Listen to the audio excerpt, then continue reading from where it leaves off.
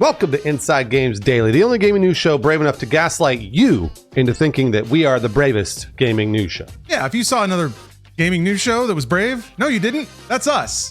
And to prove it, we're going to talk about the internet's #1 gaming uncle, Randy Pitchford. He's brought us so much, Bruce, and we're so grateful. Hit movies, hit games. Very reflective paisley shirts. There's nothing to not like. There might be a few things that I not like about Randy Pitchford. I'm gonna be honest with you. There might be a few things, little rumors on the internet. You could do a little Googling, Lawrence. But I'm not gonna say what they are. Just do a little Googling. The story starts with some discourse on X in late February with self-proclaimed humble man Mitsu expressing general worry about Borderlands 4, which I think is valid.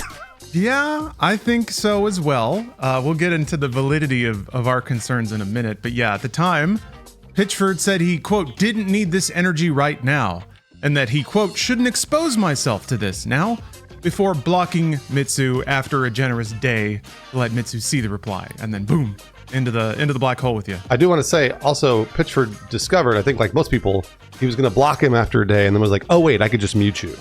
So then he was like, I will mute you. So just so you know, that's what he did.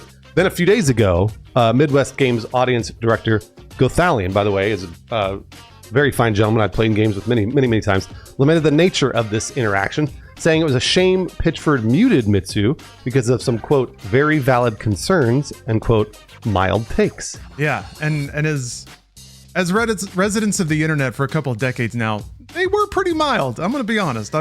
I've seen gamers and enthusiasts express themselves in far less diplomatic ways. But hey, when you're in the trenches, any negativity is bad negativity, of course. Here's a full post just to give you the full context of this, because truthfully, I think this whole discourse isn't so bad, even from Pitchford. He wrote, "I didn't see any critique. I just saw shitty negativity that was demotivating. You want the best Borderlands? Root for us and cheer us on. If you take developers' passion for granted, we'll all pay the price. I love criticism, and thankfully I have never been in short supply. Don't gaslight me on this post. It wasn't criticism, it was pessimism.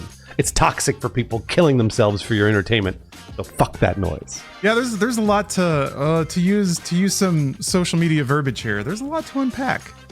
Yeah, so is Pitchford right? I think it's from a consumer perspective, and it's pretty easy to be spoiled about it and say that developers should be grateful for any feedback we give them, regardless of how diplomatic it is. And if you're electing to be a game developer, almost like being a celebrity, you kind of put yourself in that position, and you if you enjoy the fame, riches, and bounty of being a world-class game developer, then letting gamers take a chunk out of your hide is just part of the deal. That's kind of the presumption. But I don't know, Bruce, we've worked in entertainment for a while. We've also worked in competitive fields for a while. So I think it's a dynamic of both of those things, being in entertainment and also catering to an audience that has their pick of the litter. They can do whatever they want. So it's, I don't know. How do you feel about it? I'm driving towards a point, but I'll get there in a minute. No. Lawrence was writing in the script, and while I was reading the story, I was thinking the same thing. Unfortunately, the people that are watching this episode are going to get a both sides, because truly, both Lawrence and I can see both sides of this.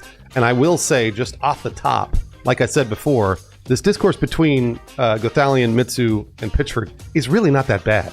Pitchford kind of explodes at the end a little bit, uses a few choice curse words, but generally speaking, what he's saying is kind of correct. So I really don't fault anybody for any of this. And even Gothalion responded to that post, that more angry post, and was just like, hey man, you know what? That's your perspective, and there's nothing I can do about it. Like, it's totally civil and very, very nice. So it's interesting that people are writing articles about this, and we're making a video about it, because it's really not that bad. But generally speaking, I can see what Mitsu is saying about Borderlands 4. Borderlands 4 really does look mid. It just looks like Borderlands 3, and that's okay. I liked Borderlands 3 other than the story. I liked playing the game. I liked the looter shooter aspect. I think Borderlands is just fantastic that way. So I'm looking forward to playing another Borderlands 4, but I'm not going to say that this is going to break the mold. Not at all. And then on the other side of this, Pitchford is correct. He says, root for us and cheer us on. He's totally right. Even if you think this game looks mid from the trailers, which I don't know if you can really fully judge that, he's absolutely right. Just be like, hey man, maybe we haven't seen all the coolest stuff in Borderlands 4. Maybe this really is going to break the mold, and maybe it really, so be positive about it. I don't necessarily think that it was toxic. I just think it's somebody who really loves Borderlands, Mitsu, saying, I don't really see anything that gets me really excited about this, but Mitsu may be too, I don't know, enmeshed in that community and the passion for Borderlands. So this is a very tough one all the way around, and I actually think that everybody here has valid points. Yeah, I agree. I have lamented about gamer toxicity a lot, especially because I do agree with Pitchford that I think developers are asked to endure a lot that's kind of unfair, especially since ostensibly a lot of them work really, really hard to try to put out products in an extremely crowded market, which kind of gets to what Mitsu was saying. It ain't the same game scene that it was when Borderlands 1 came out. And if people are looking at Borderlands 4 and saying, like, there's nothing about this that pops in the current market, that's valid feedback. It may not be the most encouraging to hear in the run-up to release. Nobody really wants to hear that, especially after you've spent 3 or 4 years working on a thing and you've had to dedicate to a vision, and now you're dedicated whether you like it or not. I can understand from Pitchford's perspective where it's like, even if that's true, I can't be hearing this right now. Like, I can't doubt myself. I got to put in full efforts and I got to believe in the project. So yeah, it's tough all around. But yeah, I can get from the consumer standpoint, especially because, you know, in making YouTube videos, certainly there's a lot of feedback there. And people can have valid feedback that's essentially like, why did I watch this when there were 100 other YouTube videos in front of me? They don't say it like that, but that's what they mean when they're just kind of venting negativity, or they're venting that they're bored. Yeah, one of the earliest things I remember getting into this business is that people are always right in how they feel about something, but they're usually wrong in saying why. So yeah, if Mitsu is saying like, I'm not feeling the excitement, they're right. Everyone's right. Because yeah, the Borderlands 4 trailer, it didn't have its spark, aside from some premium music choice. That was a great track, and it's been stuck in my head ever since. Well, it was stuck in my head before that. But... So yeah, it's an interesting scenario. I don't think it's one that necessarily has an easy solution. I do wish there was less gamer negativity out there, or maybe that it was directed in the proper ways at the proper times. But the audience is what the audience is, and unfortunately, I think if you're throwing your hat in such a crowded ring, that's something you gotta make your peace with. Lawrence hit on a very important point of being a human, which is your feelings are valid. Generally speaking, there are no such thing as feelings that are wrong. Your feelings are valid. This is something you'll probably learn as you grow up, and that it took me a long time to learn. But also, feelings are valid, but then if you start actually making, you know, like logical points, those can be wrong or right. But the way you feel is always valid, and that's okay. So everybody could feel a certain way.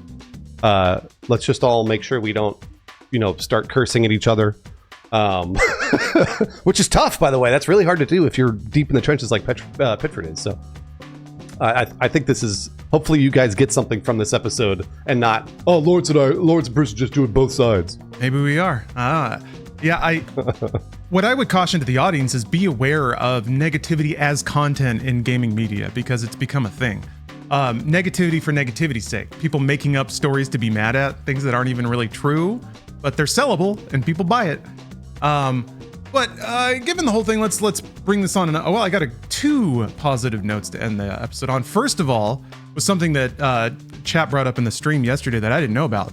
Did you know, Bruce, that Doom Guy was in Tony Hawk's Pro Skater already? I didn't know that, and I'm surprised you didn't know that, actually. I didn't know that because, and this, we throw it up to Big Randy Pitchford for this one, the PC port of Tony Hawk's Pro Skater 3 that Gearbox did a million years ago had Doom Guy as an unlockable character using the IDKFA cheat code from Doom. So there's some real DNA there, some real roots. Thank you, Randy. Thank you, Gearbox. Honestly, Gearbox has done a lot for gaming. They have. Over the years, despite Randy's Paisley shirts and weird stage appearances. So I appreciate your efforts, Gearbox. We're losing our American devs, our American jewels. So we gotta treasure them while we can, pun intended. Speaking of treasuring what's in front of us and the simple things in life, Bruce, isn't something curious is happening in Japan right now, isn't it? Oh my gosh, it is. A restaurant in Japan is slammed after Monster Hunter Rise's pornographic food sequences. I don't know if they're necessarily pornographic. They're great. I mean, they're pornographic for me. I get all kinds of tingles up and down my body. Yeah, this was spotted by Automaton. There's a restaurant in Tokyo named Salam Namaste. Really good name. They posted that they were running out of cheese naan, and then thanked Monster Hunter specifically, saying that they had to go on a grocery run in the middle of the workday to resupply their stock. So this is awesome. Like, I just wanted to call this out because there's two things about this. One is that I love it when games motivate people to go out and do something in real life. You know, you play an Assassin's Creed and you're like, oh wow, Italy looks amazing. Japan looks incredible. Go there and see those places and experience that in real life. If the cheese naan and Monster Hunter has your mouth watering, go get some for dinner. Please do that. But also games that celebrate culture and food and dance and music. I think we've had a lot of games that are sort of sanitized to be broadly appealing. I don't know, Horizon pops into my mind when I'm saying that. And I don't mean to slag off Horizon, but I like the games that dig into human weirdness and like expose that and celebrate it. Which is also another plug for me to say, please play Kunitsugami, another Capcom game that has a lot of human quirk and culture and vibrance in it. Anyway, yeah, go outside, do something cool. Let video games inspire you to do something in the real life. You guys got to eat that cheese naan. If you've never had cheese naan before, it is the best. It is so good, and Monster Hunter makes it look even better. It's the greatest thing in the world. And also, we've got some patrons to thank on our Inside Games Patreon. They contribute every single month, and I'm actually sending them cheese naan right now in the mail. Message me and I'll try and get you some cheese naan. Brandon Young and Matt Bogenberger. Oh, Bruce, I flipped the game on you. I went to my patrons and said, if you don't send me cheese naan, I'm not reading your name. So hopefully it's coming in the mail. I'm getting some cheese naan from Wesley Mullins and Pablo Garcia. Thank you very much for my future snack.